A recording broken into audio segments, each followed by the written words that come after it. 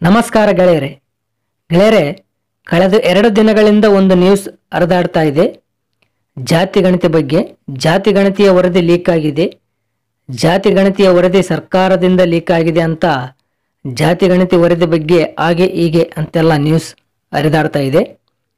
ಗೆಳೆಯರೆ, ನಿಜವಾಗಲೂ ಜಾತಿ ಗಣತಿಯ ಅವಶ್ಯಕತೆ ನಮಗಿದೆಯಾ? ಯಾವುದೇ ರೀತಿಯ ವೈಜ್ಞಾನಿಕ ಪದ್ಧತಿಗಳನ್ನು ಬಳಸದೆ ಮಾಡಿರುವ ಜಾತಿ ಗಣತಿ ಯಾರಿಗೆ ಉಪಯೋಗವಿದೆ?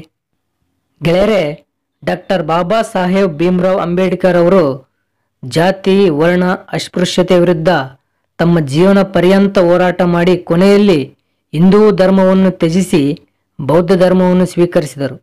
ಅಂಬೇಡ್ಕರ್ ಅವರು ಜಾತಿ ವ್ಯವಸ್ಥೆಯನ್ನು ಮೊದಲಿನಿಂದಲೂ ವಿರೋಧಿಸುತ್ತಾ ಬಂದವರು. ಏಕೆಂದರೆ ಮೇಲ್ಜಾತಿಯವರಿಂದ ಕೆಳಜಾತಿಯವರು ತುಳಿತಕ್ಕೆ ಒಳಗಾಗುತ್ತಿರುವುದನ್ನು ಕಂಡು ಅದನ್ನು ವಿರೋಧಿಸುತ್ತಾ ಬಂದರು.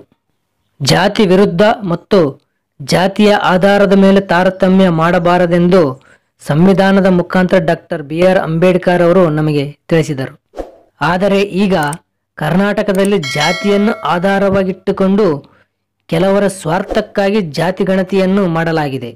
ಇದು ಕೇವಲ ಅವರ ಅಧಿಕಾರ ಮತ್ತು ಕುರ್ಚಿಯನ್ನು ಉಳಿಸಿಕೊಳ್ಳುವ ಉದ್ದೇಶದಿಂದ ಈ ಜಾತಿ ಗಣತಿಯನ್ನು ಮಾಡಲಾಗಿದೆ ವಿನಃ ಬೇರೆ ಯಾವುದೇ ರೀತಿಯ ಉದ್ದೇಶ ಇದರೊಳಗೆ ಇಲ್ಲ.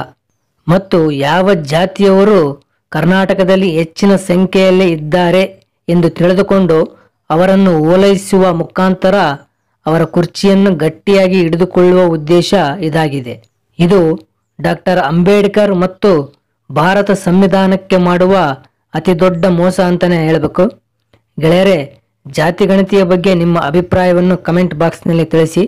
ದಯವಿಟ್ಟು ನಮ್ಮ ಚಾನಲ್ ಸಬ್ಸ್ಕ್ರೈಬ್ ಮಾಡಿ, ಹಾಗೆ ಈ ವಿಡಿಯೋವನ್ನು ಶೇರ್ ಮಾಡಿ.